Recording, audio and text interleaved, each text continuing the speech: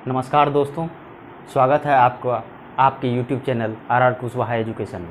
आज हम लोग जो हैं केमिस्ट्री के आगे जो है जो कल तक पढ़े तो उसके आगे पढ़ेंगे। ठीक है, तो आज हमारा है टॉपिक है एटॉमिक नंबर और मास नंबर। क्या है? एटॉमिक नंबर और मास नंबर। तो आइए हम लोग क्या करते हैं, एटॉमिक नंबर और मास नंबर को अच्छे से जानते हैं। ठीक है, तो 2 क्लास में जो हम केमिस्ट्री पढ़ाए हैं उसको आप लोग एक बार रिवीजन जरूर कर लीजिएगा। ठीक है, उसके बाद जो है इस क्लास को कीजिएगा। ठीक है, जिससे कि आपको ज़्यादा से ज़्यादा समझ में आए। ठीक है, अगर प्रीवियस क्लास आपने नहीं किया है तो मेरा रिक्वेस्ट है आपसे कि पहले उस क्लास को आप कर लीजिए। ठीक है, उसके बाद जो है इस क्लास को कीजिएगा। ठीक है, तो आइए हम चलते हैं टॉपिक की ओर। और देखिए मेरा टॉपिक क्या है, एटॉमिक नंबर। क्या है?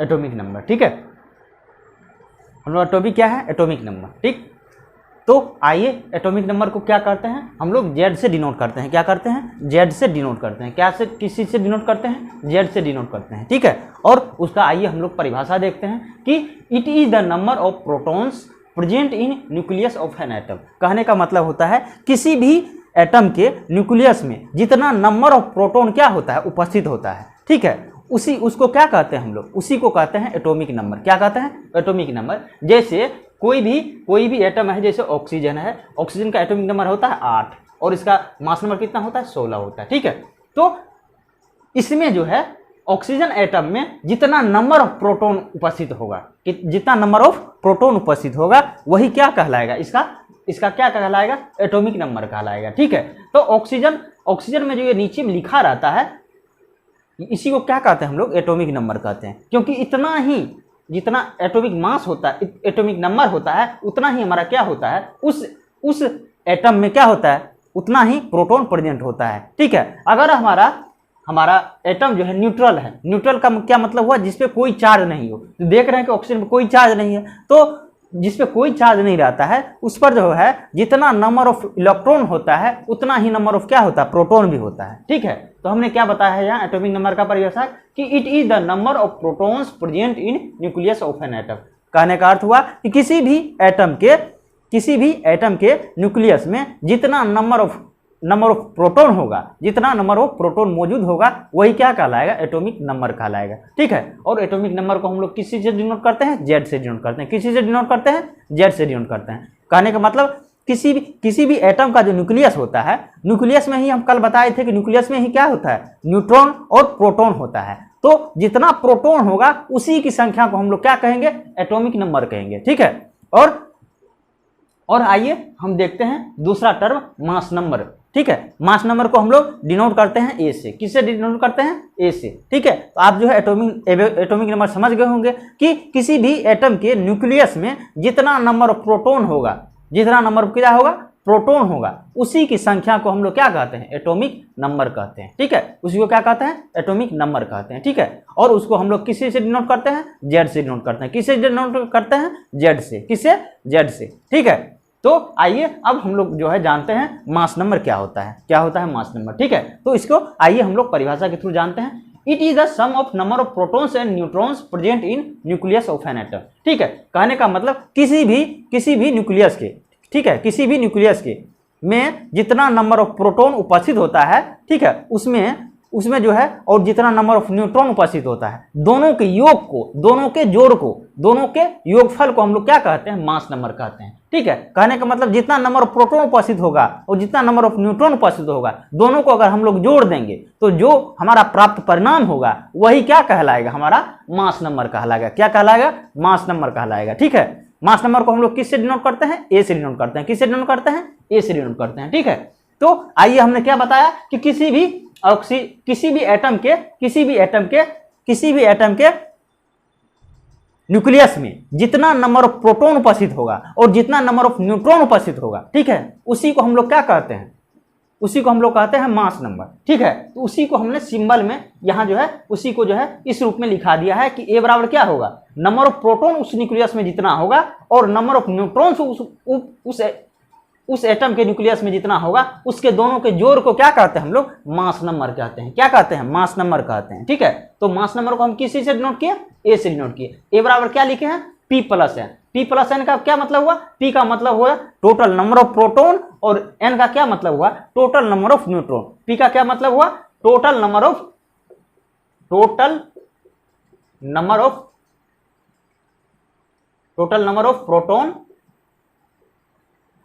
प्रोटॉन्स और N का क्या मतलब हुआ? Total number of neutrons. ठीक है, क्या मतलब हुआ? A बराबर हमारा क्या हुआ? Proton plus neutron. मतलब किसी भी एटम के न्यूक्लियस में जितना नंबर ऑफ प्रोटॉन होगा, ठीक है, और जितना नंबर ऑफ न्यूट्रॉन होगा, उसके योगफल को ही हम लोग क्या कहते हैं? मास नंबर कहते हैं। क्या कहते हैं? मास नंबर कहते हैं। ठीक है, उसी को क्या कहते हैं हम लोग? मास नंबर कहते हैं। ठीक है, तो मास नंबर का क्या हो गया परिवार? क्या हो गया इसका फॉर्मूला? क्या हो गया? A बराबर P प्लस एन। P का क्या अर्थ हुआ? टोटल नंबर ऑफ प्रोटॉन और N का क्या मतलब हुआ? Total number of neutron. कहने का मतलब किसी भी एटम के न्यूक्लियस में जितना नंबर ऑफ प्रोटॉन होगा और जितना नंबर ऑफ न्यूट्रॉन होगा, उसके योगफल को हम लोग क्या कहेंगे? मास नंबर कहेंगे। ठीक है, अब हमने ऊपर पढ़ा है कि किसी भी एटम के न्यूक्लियस में जितना नंबर ऑफ प्रोटॉन होगा, उसको हम लोग क्या कहते हैं? एटॉमिक नंबर कहते हैं। और एटॉमिक नंबर को हम लोग किसी से डिनोट करते हैं? जेड से डिनोट करते हैं। किसी से डिनोट करते हैं? जेड से डिनोट करते हैं। ठीक है, तो या आप यहाँ टोटल नंबर ऑफ प्रोटॉन की जगह जेड लिख सकते हैं कि नहीं लिख सकते? लिख सकते हैं, क्योंकि टोटल नंबर ऑफ प्रोटॉन को ही हम लोग क्या कहें? एटॉमिक नंबर कहे थे। क्या कहे थे? एटॉमिक नंबर कहे थे। ठीक है, ऊपर में हमने बताया था कि एटॉमिक नंबर क्या होता है? It is the number of protons present in nucleus of an atom. कहने का मतलब किसी भी एटम के न्यूक्लियस में जितना नंबर ऑफ प्रोटॉन्स उपस्थित होता है, उसी को हम लोग क्या कहते हैं? एटॉमिक नंबर कहते हैं। उसको हम लोग किसी से डिनोट करते हैं? जेड से डिनोट करते हैं। तो यहाँ जो हम फॉर्मूला लिखें A बराबर P प्लस एन, तो हमारा टोटल नंबर ऑफ प्रोटॉन जो न्यूक्लियस में उपस्थित होगा, उसको हम लोग ऊपर ही बता चुके हैं कि उसको क्या कहते हैं? उसको कहते हैं एटॉमिक नंबर, और उसको डिनोट करते हैं जेड से। तो ये जेड हमारा क्या हो गया? एटॉमिक नंबर हो गया। ठीक है, एटॉमिक नंबर। तो एटॉमिक नंबर जितना होगा उतना ही हमारा क्या होगा? न्यूक्लियस में उतना ही प्रोटॉन होगा, उतना ही कितना क्या होगा? प्रोटॉन होगा। ठीक है, तो आइए हमने एक और पॉइंट लिखाया है कि किसी भी न्यूट्रल एटम के क्या लिखा है? A neutral atom number of electrons present in shells और orbit is same as number of protons present in nucleus of an atom. ठीक है, कहने का अर्थ हुआ किसी भी न्यूट्रल एटम के न्यूक्लियस में जितना नंबर ऑफ प्रोटॉन उपस्थित होता है, उतना ही नंबर क्या होता है? इलेक्ट्रॉन उस एटम के ऑर्बिट में भी उपस्थित होता है।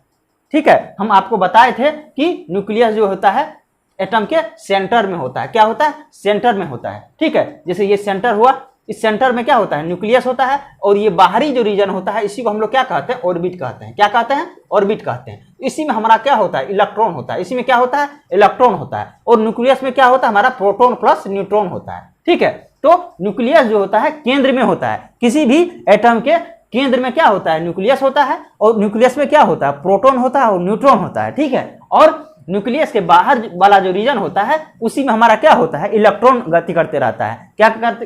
क्या रहता है? इलेक्ट्रॉन रहता है। ठीक है, और तो उस क्षेत्र को हम लोग क्या कहते हैं? कल ही हमने आपको बताया था कि उस क्षेत्र को हम लोग क्या कहते हैं? ऑर्बिट कहते हैं। ऑर्बिट का ही दूसरा नाम क्या है? एनर्जी लेवल, और उसी को दूसरी भाषा में क्या कहते हैं? सेल। क्या कहते हैं? सेल्स। ठीक है, तो हमने बताया था कल कि किसी भी न्यूक्लियस में क्या होता है? प्रोटॉन और न्यूट्रॉन होता है। ठीक है, तो यहाँ जो एक पॉइंट लिखा है कि न्यूट्रल एटम का मतलब कि जिस पर कोई चार्ज नहीं हो। जैसे यहाँ देखिए हमने ऑक्सीजन लिखाया है। ठीक है, तो ऑक्सीजन पे कोई चार्ज है? नहीं है। कोई चार्ज है? नहीं है। तो इसी को कहेंगे हम लोग न्यूट्रल एटम। क्या कहेंगे? Neutral atom. अब देखिए यहाँ जो है इसके नीचे में जो ये लिखा रहता है, इसको कहते हैं हम लोग क्या कहते हैं? इसको कहते हैं एटॉमिक नंबर। क्या कहते हैं? Atomic number. ठीक है, किसी भी एटम के जो नीचे में लिखा रहता है उसको क्या कहते हैं हम? Atomic number. ठीक है, और जो ऊपर में लिखा था उसको हम लोग कहते हैं मास नंबर। क्या कहते हैं? Mass number. ठीक है, उसी को क्या कहते हैं? Mass number. और नीचे में लिखा है उसको क्या कहते हैं? Atomic number. ठीक है, तो एटॉमिक नंबर हम जान गए कि एटॉमिक नंबर क्या होता है? किसी भी एटम के न्यूक्लियस में जितना नंबर ऑफ प्रोटॉन होता है, उसी को हम लोग क्या कहते हैं? एटॉमिक नंबर कहते हैं। एटॉमिक नंबर को हम लोग किस चीज से डिनोट करते हैं? जेड से डिनोट करते हैं। ठीक है, और एटॉमिक मास क्या होता है? किसी भी एटम के न्यूक्लियस में जितना नंबर ऑफ प्रोटॉन होगा और जितना नंबर ऑफ न्यूट्रॉन होगा, उसके योगफल को, उसके जोड़ को हम लोग क्या कहते हैं? उसको क्या कहते हैं? मास नंबर कहते हैं। ठीक है, और मास नंबर को हम लोग क्या किसी से डिनोट करते हैं? जेड से डिनोट करते हैं। किसी से सॉरी जेड से नहीं, ए से डिनोट करते हैं। किससे डिनोट करते हैं? ए से डिनोट करते हैं, ठीक है। तो ए बराबर हमारा क्या हो गया? P plus N. P plus N क्यों हुआ? क्योंकि हमारा परिभाषा कहता है कि किसी भी एटम के न्यूक्लियस में जितना नंबर प्रोटॉन होगा, तो इसलिए हमने लिखा है प्रोटॉन प्लस न्यूट्रॉन, मतलब जितना नंबर प्रोटॉन होगा और जितना नंबर न्यूट्रॉन होगा उसके योगफल को ही हम लोग क्या कहेंगे? मास नंबर कहेंगे। क्या कहेंगे? मास नंबर कहेंगे। और दूसरा हमने यहाँ फॉर्मूला लिखा है ए प्लस जेड प्लस एन। अब देखिए टोटल नंबर ऑफ प्रोटॉन को हम लोग क्या कहते हैं? किसी भी एटम के न्यूक्लियस में टोटल नंबर ऑफ प्रोटॉन जो होता है उसको हम लोग क्या कहते हैं? एटॉमिक नंबर कहते हैं। इसलिए यहाँ पी के जगह पर जेड लिख सकते हैं कि नहीं लिख सकते हैं? लिख सकते हैं। क्यों?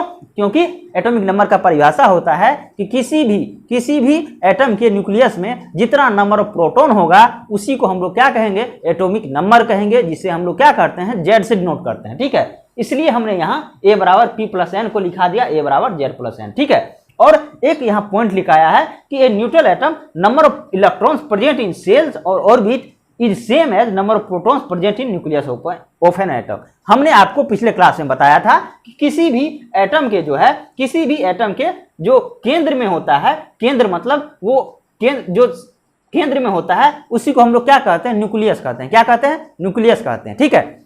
तो उस पर क्या होता है? पॉजिटिव चार्ज होता है। और पॉजिटिव चार्ज क्यों होता है ये भी बताया था। क्यों होता है? क्योंकि उसमें जो है प्रोटॉन और न्यूट्रॉन पाया जाता है। न्यूट्रॉन पर कोई चार्ज नहीं होता है और प्रोटॉन पर क्या होता है? +1 चार्ज होता है, रिलेटिव चार्ज, ठीक है। तो इसलिए जो है न्यूक्लियस क्या होता है? पॉजिटिव चार्ज होता है। न्यूक्लियस में क्या होता है? पॉजिटिव चार्ज होता है, ठीक है। और न्यूक्लियस के बाहर के क्षेत्र को हम लोग क्या कहते हैं? Extra nuclear region. क्या कहते हैं? Extra nuclear region. और इसी को क्या कहते हैं? ऑर्बिट। इसी को क्या कहते हैं? ऑर्बिट। और ऑर्बिट में ही हमारा क्या होता है? इलेक्ट्रॉन रहता है। तो न्यूट्रल एटम में क्या होता है? न्यूट्रल एटम मतलब जिसका कोई चार्ज नहीं हो, ठीक है। तो न्यूट्रल एटम में क्या होता है कि जितना नंबर ऑफ प्रोटॉन हमारा न्यूक्लियस में उपस्थित होगा उतना ही नंबर ऑफ इलेक्ट्रॉन क्या होता है? हमारा ऑर्बिट में भी उपस्थित होता है, ठीक है। ये पॉइंट यही कह रहा है कि न्यूट्रल एटम में जैसे हमने मान लीजिए यहां हमने लिया ऑक्सीजन, ठीक है। ऑक्सीजन का 8 होता है एटॉमिक नंबर और मास नंबर कितना? 16 होता है। इस चीज को आपको याद करना होगा, ठीक है। ऑक्सीजन का कितना होता है? एटॉमिक नंबर 8, ठीक है। और मास नंबर कितना होता है? 16, ठीक है। तो यहां क्या करेंगे? ये नीचे जो लिखाता है उसको कहते हैं एटॉमिक नंबर। नीचे जो लिखाता है उसको कहते हैं एटॉमिक नंबर और ये जो ऊपर लिखाता है इसको कहते हैं मास नंबर। ये हो गया एलिमेंट को इस प्रकार से क्या करते हैं? रिप्रेजेंट करते हैं, ठीक है। तो हम यहाँ पॉइंट क्या लिखा है कि जितना नंबर ऑफ इलेक्ट्रॉन प्रेजेंट होगा किसी भी एटम के न्यूक्लियस के बाहर ऑर्बिट में उतना ही नंबर ऑफ प्रोटॉन उपस्थित होगा न्यूक्लियस में, ठीक है। तो कहने का मतलब ऑक्सीजन में कितना प्रोटॉन मौजूद है? 8 है, क्योंकि हम बताए थे कि ये क्या है? एटॉमिक नंबर है। एटॉमिक नंबर क्या होता है? जितना नंबर ऑफ प्रोटॉन होगा वही क्या होता है? एटॉमिक नंबर होता है। तो ये 8 क्या है? 8 क्या है हमारा? प्रोटॉन का नंबर हो गया, क्योंकि प्रोटॉन के नंबर को ही तो हम एटॉमिक नंबर कहते हैं। इसलिए 8 हमारा क्या हो गया?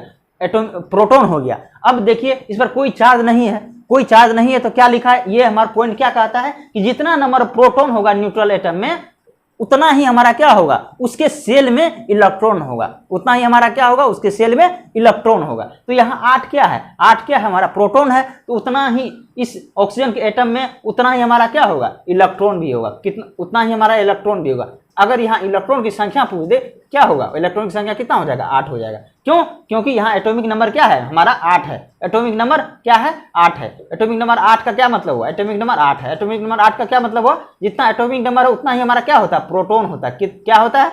प्रोटॉन होता है, ठीक है। और जितना प्रोटॉन होता है न्यूट्रल एटम में उतना ही क्या होता है? उतना ही इलेक्ट्रॉन होता है उसके ऑर्बिट में। उतना ही क्या होता है? उसके ऑर्बिट में इलेक्ट्रॉन होता है, ठीक है। अब देखिए हमने यहाँ लिखाया है अंतिम रिप्रेजेंटेशन ऑफ एलिमेंट को हम किस प्रकार से रिप्रेजेंट करते हैं, उसको किस प्रकार से हम लोग लिखते हैं। तो यहाँ देखिए हमने यहाँ लिखा एक्स कोई एलिमेंट है, ठीक है। और इसके नीचे में जो जेड लिखे हैं, जेड को हम लोग क्या कहते हैं? Atomic number. और ऊपर में जो ये लिखा है ए, इसको क्या कहते हैं? Mass number. तो किसी भी एलिमेंट को जो है हम इस तरह से क्या करते हैं? डिनोट करते हैं। इसके नीचे में ये जो जेड लिखे हैं इस तरह से एटॉमिक नंबर वहां लिखाता है और यहाँ क्या लिखा था? ऊपर में एटॉमिक मास लिखाता है, ठीक है। ये इस तरह से हम क्या करते हैं? इसका एलिमेंट का सिंबल लिखते हैं। जैसे आप देखिए यहाँ ऑक्सीजन हमने लिया है और ऑक्सीजन एलिमेंट लिया है, ठीक है। और नीचे क्या लिखा है? 8 लिखा है। तो 8 हमारा क्या हो गया? एटॉमिक नंबर हो गया, ठीक है। और 16 हमारा क्या हो गया? एटॉमिक मास हो गया, ठीक है। तो हम ये पॉइंट भी हम लोग जान गए कि जितना नंबर ऑफ प्रोटॉन होता है न्यूट्रल एटम में, उतना ही नंबर ऑफ इलेक्ट्रॉन क्या होता है हमारे ऑर्बिट में होता है, उतना ही नंबर हमारा क्या होता है ऑर्बिट में होता है। ठीक है, उतना ही नंबर ऑफ इलेक्ट्रॉन क्या होता है हमारे ऑर्बिट में होता है। ठीक है, अब चलिए इससे आगे हम लोग पढ़ते हैं। ठीक है, आइए इसके बाद हम लोग देखते हैं कि सोडियम का जो है, सोडियम में कितना नंबर ऑफ प्रोटॉन होता है और कितना नंबर ऑफ इलेक्ट्रॉन होता है। ठीक है, अब देखिए सोडियम लिखा है। ठीक है, तो हम लोग जाने थे कि एलिमेंट को जो है किस तरह से रिप्रेजेंट करते हैं। ठीक है, किस तरह से रिप्रेजेंट करते हैं, तो जैसे देखिए यहाँ सोडियम का एलिमेंट है। ठीक है, तो नीचे में हम क्या बताए थे कि नीचे में जो लिखाता है वो एटॉमिक नंबर लिखाता है। क्या लिखाता है? एटॉमिक नंबर लिखाता है। ठीक है, और ऊपर में जो लिखाता है उसको क्या कहते हैं? एटॉमिक मास कहते हैं। ठीक है, उसी तरह से ये क्या है? फास्फोरस है, फास्फोरस का एलिमेंट है। ठीक है, तो फास्फोरस के एलिमेंट में क्या देखते हैं, ये जो नीचे लिखा रहा है 15, यह क्या है? एटॉमिक नंबर है। ठीक है, और जो ऊपर लिखे हैं 31, इसको क्या कहते हैं? एटॉमिक मास कहते हैं। क्या कहते हैं? एटॉमिक मास, जिसे ए से डिनोट किया जाता है, जिसे ए से डिनोट किया जाता है। ठीक है, और एटॉमिक नंबर किससे डिनोट किया जाता है? एटॉमिक नंबर को जेड से डिनोट किया जाता है। ठीक है, तो एटॉमिक नंबर क्या बताए थे कि किसी भी एटम के न्यूक्लियस में जितना नंबर ऑफ प्रोटॉन उपस्थित होता है उसी को हम लोग क्या कहते हैं? उसी को हम लोग एटॉमिक नंबर कहते हैं। और एटॉमिक मास क्या होता है? किसी भी एटम के न्यूक्लियस में जितना नंबर ऑफ प्रोटॉन और जितना नंबर ऑफ न्यूट्रॉन उपस्थित होता है उसी के योगफल को हम लोग क्या कहते हैं? एटॉमिक मास कहते हैं। ठीक है, उसी को आगे हम बताएंगे कि उसी को हम लोग न्यूक्लियॉन्स भी कहते हैं। उसी को क्या कहते हैं? न्यूक्लियॉन्स कहते हैं। ठीक है, अब देखिए यहाँ हमने लिखा गया है कि symbol of an element represent only one atom of given element. ठीक है, कि किसी भी एलिमेंट का जो सिंबल होता है, जो उसका सिंबल होता है, जैसे ये सोडियम का सिंबल है, तो वो जो सिंबल जो है उस एलिमेंट के एक ही एटम को रिप्रेजेंट करता है। कितने एटम को रिप्रेजेंट करता है? एक ही एटम को। जैसे यहाँ सोडियम है तो यहाँ ये क्या रिप्रेजेंट कर रहा है? सोडियम का एलिमेंट ये जो है एक ही एटम को क्या कर रहा है? सोडियम के एक ही एटम को क्या कर रहा है? रिप्रेजेंट कर रहा है। कहने का मतलब किसी भी एक एलिमेंट का जो सिंबल होता है वह जो है उस एलिमेंट के एक ही एटम को क्या करता है? रिप्रेजेंट करता है। ठीक है, कहने का मतलब जैसे ये फास्फोरस का सिंबल है। ठीक है, तो फास्फोरस का एक एलिमेंट हो गया, तो ये क्या हो गया? ये फास्फोरस का एक ही एटम को रिप्रेजेंट करेगा। ठीक है, कहने का मतलब कि ऐसा नहीं है कि ये दो एटम को रिप्रेजेंट कर देगा। यहाँ एक एलिमेंट लिखे हैं तो यहाँ जो है इसका सिंबल जो है एक ही एटम को क्या करेगा? रिप्रेजेंट करेगा। ठीक है, कहने का मतलब ये यहाँ फास्फोरस लिखे हैं तो ये क्या? एक एलिमेंट हो गया। ठीक है, और एलिमेंट का ये क्या हो गया? सिंबल हो गया। ये जो है फास्फोरस एलिमेंट के एक ही एटम को क्या करेगा? रिप्रेजेंट करेगा। ठीक है, इस बात को आप लोग ध्यान दीजिएगा, क्योंकि इस पर आधारित क्वेश्चन अगर हम देंगे, जैसे कह देंगे कि मान लीजिए कि फास्फोरस के 5 एटम में कितने नंबर ऑफ इलेक्ट्रॉन होता है, कितने नंबर ऑफ इलेक्ट्रॉन होता है, तो हम क्या बताएं? यहाँ किसी भी फास्फोरस का जो सिंबल होता है वो क्या शो करता है? किसी एक एटम को ही शो करता है। ठीक है, हम 5 एटम लिखा देंगे तो क्या करेंगे? उसमें 5 से आपको गुना करना पड़ेगा। इसलिए हम इस चीज को लिखा दिए हैं, किसी भी एलिमेंट का जो है सिंबल जो होता है वह उसके एक एटम को क्या करता है? रिप्रेजेंट करता है। ठीक है, तो आशा करते हैं कि आप समझ गए होंगे इस बात को। ठीक है, कि किसी भी एलिमेंट का जो होता है सिंबल जो होता है वह उसके एक एटम को रिप्रेजेंट करता है। ठीक है, तो जैसे इसमें पूछ दिया जाए कि इसमें नंबर ऑफ फास्फोरस में नंबर ऑफ एटॉमिक नंबर कितना है, नंबर ऑफ प्रोटॉन कितना है, नंबर ऑफ प्रोटॉन कितना है, तो आप क्या बताए थे? नीचे जो लिखा था वो क्या होता है? नीचे जो लिखा था वो क्या होता है? एटॉमिक नंबर होता है। और एटॉमिक नंबर का परिभाषा क्या बताए थे कि जितना नंबर ऑफ प्रोटॉन उपस्थित होता है उसके न्यूक्लियस में, वही क्या होता है? उसका एटॉमिक क्या होता है? नंबर होता है। ठीक है, तो ये जो नीचे लिखाया है यही क्या हो गया? हमारा प्रोटॉन हो गया। क्या हो गया? प्रोटॉन हो गया। क्या हो गया? प्रोटॉन्स की संख्या कितना हो गया? 15 हो गया। ठीक है, और ऊपर जो लिखते हैं उसको क्या कहते हैं? Mass number. क्या कहते हैं? Mass number. ठीक है, मास नंबर में हमारा क्या क्या रहता है? प्रोटॉन और न्यूट्रॉन का दोनों का क्या रहता है? जोड़, दोनों को क्या कहते हैं? योग करने के बाद जो प्राप्त परिणाम होता है वही रहता है। ठीक है, कहने का मतलब ये जो मास नंबर है यह क्या है? यह और कुछ नहीं है, यह क्या है? प्रोटॉन की संख्या और न्यूट्रॉन की संख्या है। क्या है? प्रोटॉन की संख्या और न्यूट्रॉन की संख्या है। ठीक है, अब देखिए यहां लिखा है कि 4 न्यूट्रल एटम। न्यूट्रल एटम के लिए क्या क्या यहां होता है, क्या क्या बराबर होता है, उसमें क्या क्या होता है, उसके बारे में हम लोग डिटेल से पढ़ेंगे। जैसे देखिए यहाँ जो है न्यूट्रल एटम में, न्यूट्रल एटम का क्या मतलब हुआ? जिसमें कोई चार्ज नहीं हो, जिस पर कोई चार्ज नहीं हो। जैसे यहाँ देखिए सोडियम एलिमेंट है। ठीक है, सोडियम एलिमेंट है, हम बताए थे कि सोडियम एलिमेंट का जो है किसी भी एलिमेंट का जो सिंबल होता है वो एक एटम को प्रेजेंट करता है, इसलिए यहाँ लिखे हैं फॉर न्यूट्रल एटम। कहने का मतलब ये सोडियम का एलिमेंट जो है एक एटम को प्रेजेंट कर रहा है, सोडियम के एक एटम को प्रेजेंट कर रहा है और इस पर कोई चार्ज नहीं है, तो इसको क्या कहेंगे, न्यूट्रल है। ठीक है, तो हम बताए थे कि जेड क्या होता है, जेड जो होता है एटॉमिक नंबर होता है। क्या होता है, एटॉमिक नंबर होता है। और एटॉमिक नंबर की क्या होता है, एटॉमिक नंबर जो होता है उस एटम के न्यूक्लियस में जितना नंबर ऑफ प्रोटॉन उपस्थित होता है, प्रोटॉन को पी से डिनोट करते हैं। ठीक है, तो जितना नंबर ऑफ प्रोटॉन उपस्थित होता है उसी को क्या करते हैं हम लोग, जेड कहते हैं। क्या कहते हैं, जेड कहते हैं। और एक चीज लिखाए थे यहाँ, जो हम लोग लिखाए थे, किसी भी न्यूट्रल एटम के न्यूक्लियस में जितना नंबर ऑफ प्रोटॉन उपस्थित होता है उतना ही नंबर ऑफ इलेक्ट्रॉन उसके ऑर्बिट में उपस्थित होता है। क्या होता है, उतना ही नंबर ऑफ इलेक्ट्रॉन उसके ऑर्बिट में उपस्थित होता है। तो यहाँ न्यूट्रल एटम के लिए लिखा जा रहा है, तो जितना नंबर ऑफ एटॉमिक नंबर होगा उतना ही क्या होगा, प्रोटॉन होगा, और उतना ही क्या होगा, इलेक्ट्रॉन होगा। क्यों, इलेक्ट्रॉन कहाँ होता है, इलेक्ट्रॉन होता है ऑर्बिट में। ठीक है, तो जितना नंबर ऑफ प्रोटॉन उस एटम के न्यूक्लियस में होगा उतना ही नंबर ऑफ इलेक्ट्रॉन हमारा क्या होगा, उसके ऑर्बिट में होगा। यह किसके लिए है, यह है न्यूट्रल एटम के लिए, जो एटम में कोई चार्ज नहीं होगा, कोई चार्ज नहीं होगा। जैसे यहाँ सोडियम पर कोई चार्ज है, नहीं है, यही यहाँ हो जाता है सोडियम 2+। ठीक है, तो क्या इस पर भी वही लिखते, नहीं लिखते, क्योंकि यहाँ चार्ज हो गया, 2+ आ गया है। ठीक है, जब कोई चार्ज नहीं रहे उसके लिए ये है। ठीक है, कि उसमें जो है क्या होता है, Z बराबर P होता है। Z बराबर P क्यों होता है, क्योंकि नंबर ऑफ प्रोटॉन की संख्या को ही हम लोग एटॉमिक नंबर कहते हैं। ठीक है, और जितना एटॉमिक नंबर होता है उतना ही क्या होता है, नंबर ऑफ इलेक्ट्रॉन होता है न्यूट्रल एटम में। क्यों, क्योंकि जितना हम बताए थे कि न्यूट्रल एटम में जितना नंबर ऑफ प्रोटॉन उसके न्यूक्लियस में होता है उतना ही नंबर ऑफ इलेक्ट्रॉन उसके ऑर्बिट में होता है। ठीक है, तो ये न्यूट्रल एटम के लिए ही बताया जा रहा है, इसलिए जितना नंबर ऑफ प्रोटॉन होगा उतना ही नंबर ऑफ इलेक्ट्रॉन भी होगा उसमें। किसमें, ये इलेक्ट्रॉन होता है ऑर्बिट में।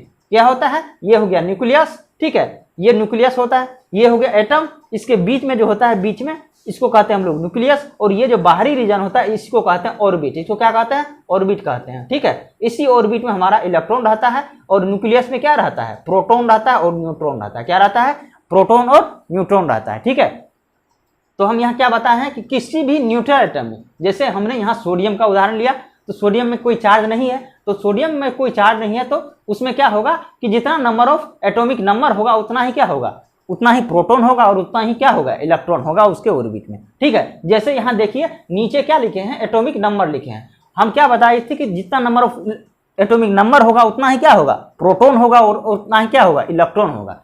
इसका यही कहना है। तो 11 हमारा यहाँ सोडियम में क्या है, सोडियम कितना लिखे हैं, 11, 23। तो ये जो नीचे वाला हम क्या लिखाए थे कि नीचे वाला जो क्या रिप्रेजेंट करता है, ये रिप्रेजेंट करता है एटॉमिक नंबर को। तो जितना एटॉमिक नंबर हो गया तो उतना ही क्या हो गया, प्रोटॉन हो गया और उतना ही क्या होगा, इलेक्ट्रॉन हो गया। अब हमको कोई पूछ दे कि सोडियम में कितना नंबर ऑफ इलेक्ट्रॉन होता है, तो हम क्या कहेंगे, क्योंकि ये नंबर ऑफ एटॉमिक नंबर जो होता है वह क्या होता है, इलेक्ट्रॉन के बराबर ही होता है किसी न्यूट्रल एटम में। तो यही 11 क्या होगा, इसका एटॉमिक नंबर भी हो गया। ठीक है, और नंबर ऑफ प्रोटॉन भी हो गया और नंबर ऑफ इलेक्ट्रॉन भी हो गया। ठीक है, जैसे यहां देखिए ए बराबर हम क्या लिखे हैं, P+N। ठीक है, इसको हम पहले भी आपको बता चुके हैं कि क्या बताए थे कि मास नंबर बराबर क्या होता है, total number of proton plus total number of neutron. ठीक है, तो इसका क्या मतलब हुआ, किसी भी एटम के न्यूक्लियस में जितना नंबर ऑफ प्रोटॉन होता है उतना ही नंबर ऑफ क्या होता है, उसमें क्या करेंगे, उतना जितना प्रोटॉन होगा और जितना न्यूट्रॉन होगा उसके योगफल को क्या करेंगे, जोड़ देंगे। जोड़ देने पर जो प्राप्त होगा, जो परिणाम प्राप्त होगा वही क्या होता है, मास नंबर होता है। क्या होता है, मास नंबर होता है। ठीक है, तो वही क्या होगा, मास नंबर हो जाएगा। तो इसलिए ए बराबर क्या लिखे हैं, P+N। कहने का मतलब उसके न्यूक्लियस में जितना नंबर ऑफ प्रोटॉन होगा और जितना नंबर ऑफ न्यूट्रॉन होगा उसके योगफल को हम लोग क्या कहेंगे, मास नंबर कहेंगे। ठीक है, और जितना नंबर ऑफ प्रोटॉन होता है उतना ही क्या होता है, उसी को हम लोग क्या कहते हैं, एटॉमिक नंबर कहते हैं। इसलिए यहाँ P को हटा के क्या लिख दिए हैं, Z लिख दिए हैं। ठीक है, तो इस तरह का आपको क्वेश्चन 12th में पूछा जा सकता है, दे देगा इस तरह का 3-4 इक्वेशन, इसी तरह का फॉर्मूला लिख देगा, उसमें बोल देगा कौन सही है या कौन गलत है। तो आपको ये चीज भी ध्यान रखना है, ये चीज दोनों सही है, क्योंकि जितना नंबर प्रोटॉन होता है उसी को तो हम लोग एटॉमिक नंबर कहते हैं। ठीक है, अब देखिए यहाँ N नंबर ऑफ न्यूट्रॉन, क्या होता है, ये n क्या होता है, न्यूट्रॉन होता है। तो न्यूट्रॉन को यहाँ करेंगे, न्यूट्रॉन को तो क्या हो जाएगा, ये z हो जो उस साइड चला जाएगा, उस साइड चला जाएगा, a माइनस z हो जाएगा, ठीक है। या z को ही हम लोग क्या कहते हैं, p। तो जब किसी भी न्यूट्रल एटम के न्यूट्रॉन को निकालने के लिए कहा जाए तो हम क्या करेंगे, मास नंबर में से क्या करेंगे, प्रोटॉन की संख्या को घटा देंगे या एटॉमिक नंबर को घटा देंगे। जैसे देखिए यहाँ, जैसे हमने यहाँ लिया, जैसे देखिए हमने यहाँ लिया सोडियम, कितना लिया, सोडियम लिया, ठीक है, 11 और 23 होता है, ठीक है। अब देखिए 11 हमारा क्या होता है, एटॉमिक नंबर होता है, ठीक है, और 23 हमारा क्या हो गया, मास नंबर। हम बताए थे कि रिप्रेजेंट करते हैं, नीचे जो होता है वह क्या करता है, रिप्रेजेंट करता है एटॉमिक नंबर को, जो ऊपर लिखा था वो क्या शो करता है, एटॉमिक मास को शो करता है, क्या करता है, एटॉमिक मास को शो करता है, ठीक है। तो अब हम बताए हैं कि जितना Z होता है उतना ही P होता है और उतना ही क्या होता है, E होता है किसी भी न्यूट्रल एटम में। तो ये न्यूट्रल एटम है, क्योंकि इस पर कोई चार्ज नहीं है, तो ये Z हमारा यहाँ क्या हो गया, 11 हो गया। तो चूंकि 11 Z है तो इसलिए प्रोटॉन की संख्या भी क्या होगी, 11 होगी, ठीक है। चूंकि प्रोटॉन की संख्या 11 है इसलिए इलेक्ट्रॉन की संख्या भी क्या होगी, 11 होगी, ठीक है। अब यहाँ देखिए मास नंबर क्या होता है, मास नंबर हम क्या हम जानते हैं कि यहाँ जो ऊपर लिखा था उसी को हम लोग क्या कहते हैं, मास नंबर कहते हैं। यहाँ मास नंबर क्या हो जाएगा, 23 हो जाएगा, क्या हो जाएगा, 23 हो जाएगा, ठीक है। अब देखिए अब क्या है कि अब न्यूट्रॉन मास नंबर निकल गया, एटॉमिक नंबर निकल गया, प्रोटॉन की संख्या निकल गया, इलेक्ट्रॉन की संख्या निकल गया, ठीक है। अब क्या निकालेंगे हम लोग, न्यूट्रॉन की संख्या निकालेंगे, ठीक है। न्यूट्रॉन की संख्या निकालने के लिए क्या करेंगे, सीधे इस मास नंबर में जो ऊपर लिखा रहा था उसको ऊपर वाला को नीचे वाले से घटाव कर देंगे, क्या करेंगे, घटाव कर देंगे, घटाव कर देंगे, ठीक है। जैसे 23 माइनस 11 क्या कितना हो जाएगा, 12, कितना हो जाएगा, 12। तो सीधे क्या करना है, याद रखने के लिए ऊपर वाला में से नीचे वाले को घटा देना है, जो घटा के आएगा वही क्या होगा, नंबर ऑफ न्यूट्रॉन होगा, क्या होगा, नंबर ऑफ न्यूट्रॉन होगा, ठीक है। क्यों ऐसा होता है, क्योंकि ऊपर वाले को हम लोग कहते हैं मास नंबर और नीचे वाले को क्या कहते हैं, एटॉमिक नंबर, ठीक है। एटॉमिक नंबर को ही क्या कहते हैं हम लोग, प्रोटॉन की संख्या, ठीक है। तो मास नंबर को क्या कहते हैं, प्रोटॉन प्लस न्यूट्रॉन की संख्या को ही मास नंबर कहते हैं। तो प्रोटॉन और न्यूट्रॉन की संख्या में से अगर हम प्रोटॉन की संख्या को घटा देंगे तो हमारा क्या निकलेगा, नंबर ऑफ न्यूट्रॉन ही निकलेगा ना, ठीक है। तो आइए एक और टर्म लिखा है न्यूक्लियॉन्स। तो पहले न्यूक्लियॉन्स के बारे में जान लेते हैं, उसके बाद हम लोग इसका जो है ये जो लिखाए हैं फॉर्मूला लिखा है इसके बारे में जान लेंगे, ठीक है। इसके डिफिनेशन से ही ये फॉर्मूला क्या हो जाएगा, आपको समझ में आ जाएगा, ठीक है। तो आइए इसका हम लोग जो डिफिनेशन लिखा है इसको देखते हैं। क्या लिखा है कि nucleons means nuclear particle, nucleons means nuclear particle. Nucleons means क्या होता है, न्यूक्लियर पार्टिकल। न्यूक्लियर पार्टिकल का क्या अर्थ हुआ, जो न्यूक्लियस में रहता है, ठीक है। न्यूक्लियस एक घर हुआ, उस घर में जो रहता है उसी को क्या कहेंगे हम लोग, न्यूक्लियर पार्टिकल कहेंगे, ठीक है। तो न्यूक्लियस में कौन कौन रहता है, हमारा प्रोटॉन रहता है और हमारा क्या रहता है, हमारा न्यूट्रॉन रहता है, ठीक है। तो हमारा प्रोटॉन रहता है, हमारा न्यूट्रॉन रहता है, उन्हीं के योगफल को हम लोग क्या कहेंगे, न्यूक्लियॉन कहेंगे, क्या कहेंगे, न्यूक्लियॉन कहेंगे, ठीक है। तो न्यूक्लियॉन्स मींस न्यूक्लियर पार्टिकल, अर्थात जो न्यूक्लियस में रहता है। न्यूक्लियस क्या हो गया, एक घर हो गया और उस घर में जो रहने वाले जो हो गए उसी को कहेंगे हम लोग न्यूक्लियर पार्टिकल कहेंगे, क्या कहेंगे, न्यूक्लियर पार्टिकल कहेंगे, ठीक है। अब देखिए विच कंटेन इन न्यूक्लियस, जो क्या कहता है न्यूक्लियस में रहता है, ठीक है। We know that nucleus contains total protons and neutrons of an atom and hence sum of total protons and total neutrons are known as nucleon. कहने का अर्थ हुआ कि जो न्यूक्लियस में रहता है उसी को हम लोग क्या कहते हैं, न्यूक्लियॉन्स कहते हैं। तो न्यूक्लियस में रहता कौन है, न्यूक्लियस में रहता है हमारा प्रोटॉन रहता है और न्यूट्रॉन रहता है। तो टोटल नंबर ऑफ प्रोटॉन की संख्या और टोटल नंबर ऑफ न्यूट्रॉन की संख्या को हम लोग जोड़ देंगे, उसी को हम लोग क्या कहेंगे, न्यूक्लियॉन्स कहेंगे, उसी को हम लोग क्या कहेंगे, न्यूक्लियॉन्स कहेंगे। सीधे अर्थ में जानिए कि न्यूक्लियॉन्स क्या होता है, न्यूक्लियर पार्टिकल, अर्थात न्यूक्लियस में रहने वाला जो होता है उसी को हम लोग क्या कहते हैं, न्यूक्लियॉन्स कहते हैं, उसको क्या कहते हैं, न्यूक्लियॉन्स कहते हैं, ठीक है। तो आइए यहाँ जो हम लिखाए हैं न्यूक्लियॉन्स बराबर प्रोटॉन प्लस न्यूट्रॉन, क्यों लिखा है ऐसा, क्योंकि न्यूक्लियस में जो रहता है उसी को हम लोग क्या कहते हैं, न्यूक्लियॉन्स कहते हैं, ठीक है। तो न्यूक्लियस में क्या क्या रहता है, न्यूक्लियस में हमारा प्रोटॉन और न्यूट्रॉन रहता है, ठीक है। इसलिए हम क्या लिखा है कि total number of proton plus total number of neutron बराबर क्या हो गया, हमारा न्यूक्लियॉन्स। और इसी को हम लोग क्या कहते थे, एटॉमिक मास कहते थे, क्या कहते थे, एटॉमिक मास कहते थे, ठीक है। तो इसलिए ए प्लस एन बराबर क्या लिख दिए, एटॉमिक मास, ठीक है। तो नंबर ऑफ न्यूक्लियॉन्स पूछे या नंबर ऑफ एटॉमिक मास पूछे, एटॉमिक मास पूछे या न्यूक्लियॉन्स की संख्या पूछे, क्या होगा, दोनों बराबर होगा, क्यों? क्योंकि न्यूक्लियस मीन्स भी क्या होता है, जो न्यूक्लियस में रहता है। तो न्यूक्लियस में हमारा क्या कौन कौन रहता है? प्रोटॉन रहता है और न्यूट्रॉन रहता है, ठीक है। तो इसलिए हम क्या कहेंगे कि टोटल नंबर ऑफ प्रोटॉन और टोटल नंबर ऑफ न्यूट्रॉन के योगफल को क्या कहेंगे हम लोग? न्यूक्लियॉन्स कहेंगे, ठीक है। तो हम आशा करते हैं आप लोग इस बात को समझ गए होंगे, ठीक है। तो आइए एक एग्जांपल ले लेते हैं, उसके थ्रू आपको समझाते हैं, ठीक है। जैसे यहाँ हमने एक एग्जांपल ले लिया, जैसे यहाँ देखिए हम यहाँ एक एग्जांपल ले लेते हैं फास्फोरस। क्या लिए? फास्फोरस। ये हो गया 15, ये गया 31, ठीक है। तो जो नीचे लिखाता है उसी को हम लोग क्या कहते हैं? एटॉमिक नंबर कहते हैं। क्या कहते हैं? Atomic number. और एटॉमिक नंबर को किससे डिनोट किया जाता है? जेड से। किससे? जेड से। और एटॉमिक मास को किससे डिनोट किया जाता है? एटॉमिक मास को ए से डिनोट किया जाता है, ठीक है। और ठीक है, तो ये जेड क्या होता है? जेड क्या होता है? जेड बराबर होता है प्रोटॉन प्लस बराबर इलेक्ट्रॉन। मतलब जेड जो होता है प्रोटॉन के इक्वल होता है और इलेक्ट्रॉन के भी इक्वल होता है। यह इलेक्ट्रॉन के इक्वल कब होता है? जब हमारा एटम जो है न्यूट्रल हो। क्या हो? न्यूट्रल हो। ये इस बात को ध्यान दीजिएगा, न्यूट्रल रहेगा तभी प्रोटॉन बराबर इलेक्ट्रॉन होता है। अगर न्यूट्रॉन नहीं रहेगा तो प्रोटॉन बराबर न्यूट्रॉन नहीं होगा, ठीक है। तो यहाँ देखिए जेड बराबर पी बराबर ई होता है, ठीक है। तो यहाँ क्या हो गया? जेड कितना है? 15 है। तो फास्फोरस के एक एलिमेंट के हम लिखाए हैं कि symbol of an element only one atom of given element क्या करता है? रिप्रेजेंट करता है, ठीक है। तो ये फास्फोरस का एक एलिमेंट है, ये एक एलिमेंट क्या करेगा? फास्फोरस के एक एटम को रिप्रेजेंट करेगा, ठीक है। तो फास्फोरस के एक एटम में जो है कितना नंबर ऑफ इलेक्ट्रॉन है? कितना है? जितना नंबर ऑफ एटॉमिक मास होता है उतना ही क्या होता है हमारा? कितना होता है? वही क्या होता है हमारा? वही क्या होता है? इलेक्ट्रॉन भी होता है, उतना ही हमारा क्या होता है? प्रोटॉन भी होता है, उतना ही हमारा क्या होता है? प्रोटॉन भी होता है, उतना ही हमारा क्या होता है? इलेक्ट्रॉन भी होता है, ठीक है। और इसी में हम क्या जाने थे? मास नंबर क्या होता है?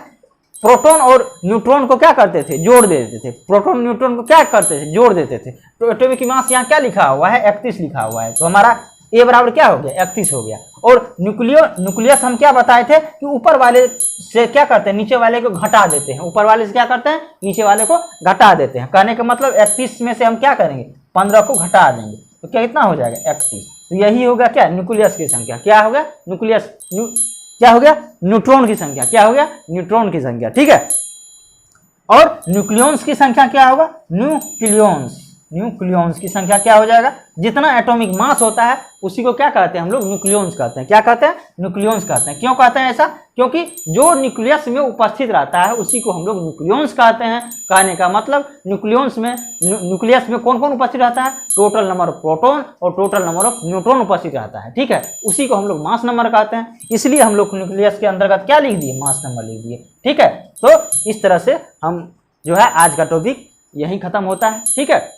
अब जो है आप लोग जितना भी क्लास हुआ है उसको क्या कीजिएगा?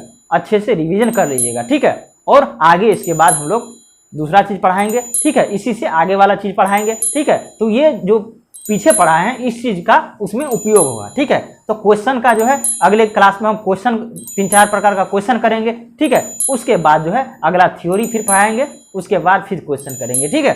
तो हम आशा करते हैं कि आपको जो समझाया गया वो समझ गए होंगे, ठीक है। अगर नहीं समझे हैं तो फिर से रिकॉर्डेड जो वीडियो रहता है उसको क्या कीजिए? आप बार-बार देखिए, ठीक है। देखने के बाद आपको खुद ब खुद समझ में आ जाएगा, ठीक है।